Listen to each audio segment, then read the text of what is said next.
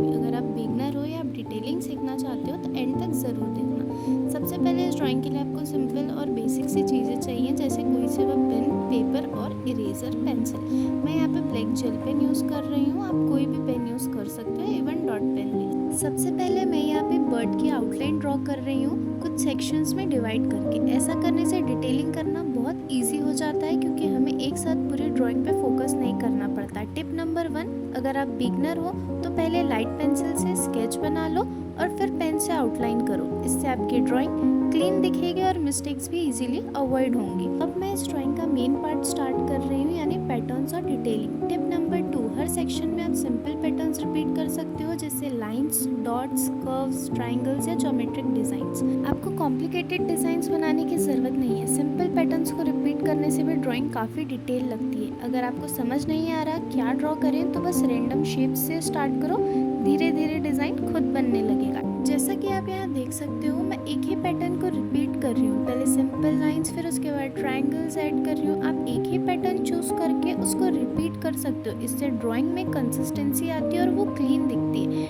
Tip number 2.1, एक ही section में 2-3 patterns combine करना ट्राई करो, जैसे लाइंस के साथ डॉट्स या ट्रायंगल्स ऐड करने से डिज़ाइन और इंटरेस्टिंग लगता है। मैं यहाँ पे पैटर्न्स को स्लोली बिल्ड कर रही हूँ, मतलब सिंपल शेप्स और फिर उसके ऊपर थोड़ी डिटेलिंग, इससे आपका डिज़ाइन और रिच लगता है। टिप नंबर 2.2, पैटर्न्स का साइज वेरी करते रहो, कहीं छोटे पैटर्न्स और कहीं थोड़े बड़े, इससे ड्राइंग में वेरिएशन आता है और बोरिंग नहीं लगता। आप देख सकते हो कि मैं हर सेक्शन में थोड़ा डिफरेंट फील देने का ट्राई कर रही हूँ, लेकिन ओवरऑल पैटर्न सिंपल सेम वही है। टिप नंबर 2.3, लाइंस को एक ही डायरेक्शन में मत रखो, कभी हॉरिजॉन्टल कभी वर्टिकल या थोड़ी कर्व लाइंस यूज़ करो, इससे फ्लो क्रिएट होता है और ड्राइंग ज़्यादा डायनामिक लगती है। अगर आप क्लोजली नोटिस करोगे तो हर सेक्शन एक अलग डिज़ाइन जैसा लग रहा है, लेकिन सब मिलके एक कंप्लीट आर्टवर्क बन रहा है। Tip number 3, shading. Pen art में शेडिंग बहुत इंपॉर्टेंट होती है। अगर आप हर जगह सेम पैटर्न बनाओगे तो ड्राइंग फ्लैट लगेगी, इसलिए कुछ एरियाज में डार्क पैटर्न रखो, कुछ में लाइट और कुछ जगह शेडिंग ऐड करो, इससे डेप्थ क्रिएट होती है। जैसे आईज और बिग का एरिया में आपको थोड़ा ज़्यादा डार्क शेडिंग रख सकते हो,